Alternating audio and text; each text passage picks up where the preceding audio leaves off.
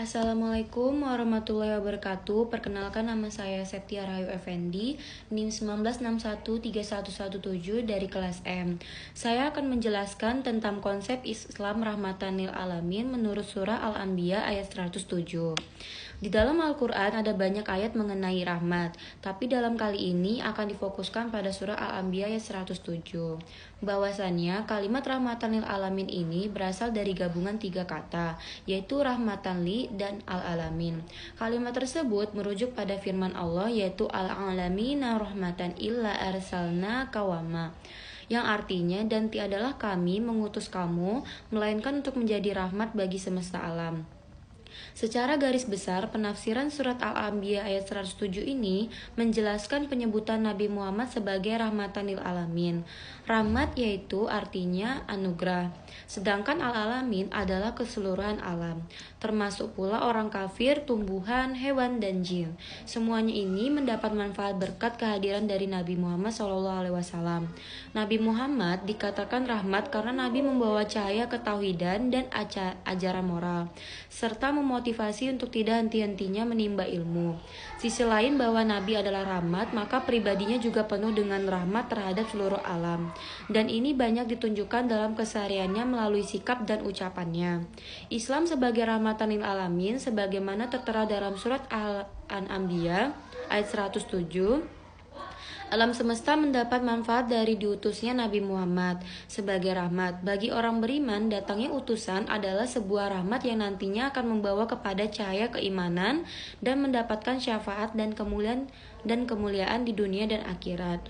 Selain itu, Nabi Muhammad SAW menyempurnakan ajaran yang disampaikan oleh kitab-kitab sebelumnya melalui kitab suci Al-Quran.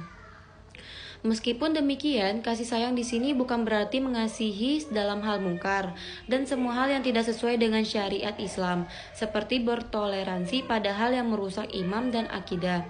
Rahmat yang diberikan berupa Islam meliputi segala dimensi kehidupan manusia. Allah mengutus Rasul-Nya Muhammad sebagai petunjuk kepada manusia agar manusia senantiasa berjalan di jalan yang benar.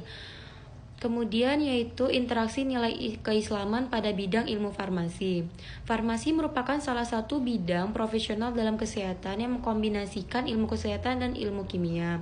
Tugasnya ini yaitu kajian dunia farmasi adalah bertanggung jawab dalam memastikan efektivitas dan keamanan penggunaan obat. Eksistensi ilmu farmasi tidak bisa dilepas dari kejayaan peradaban Islam di masa dinasti Abbasiyah.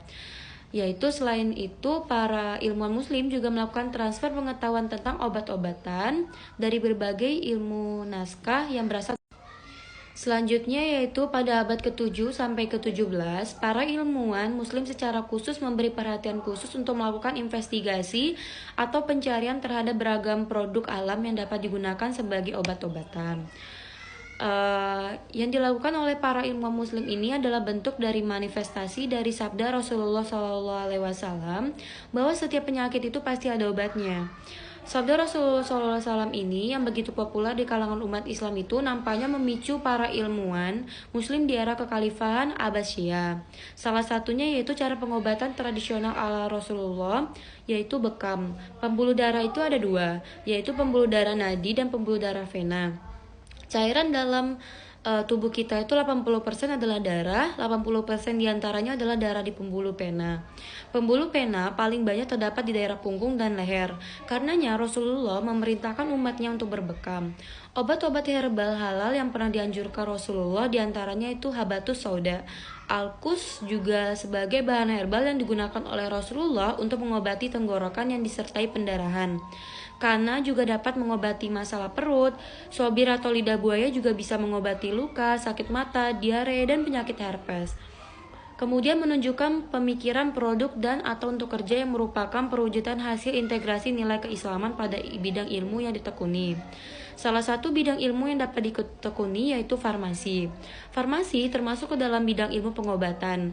Tidak hanya memproduksi obat-obatan, farmasi juga membuat produk kosmetik yang pastinya terjamin kehalalannya, karena sebelum produk dipasarkan harus diuji terlebih dahulu kehalalannya oleh Badan BPOM, Lembaga Pengkajian Pangan, Obat-obatan dan Kosmetika MUI, dan juga terdapat undang-undangnya yaitu UU Jaminan Produk Halal JPH serta RPP JPH.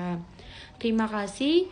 Sekian penjelasan saya. Mohon maaf apabila ada kesalahan. Wassalamualaikum warahmatullahi wabarakatuh.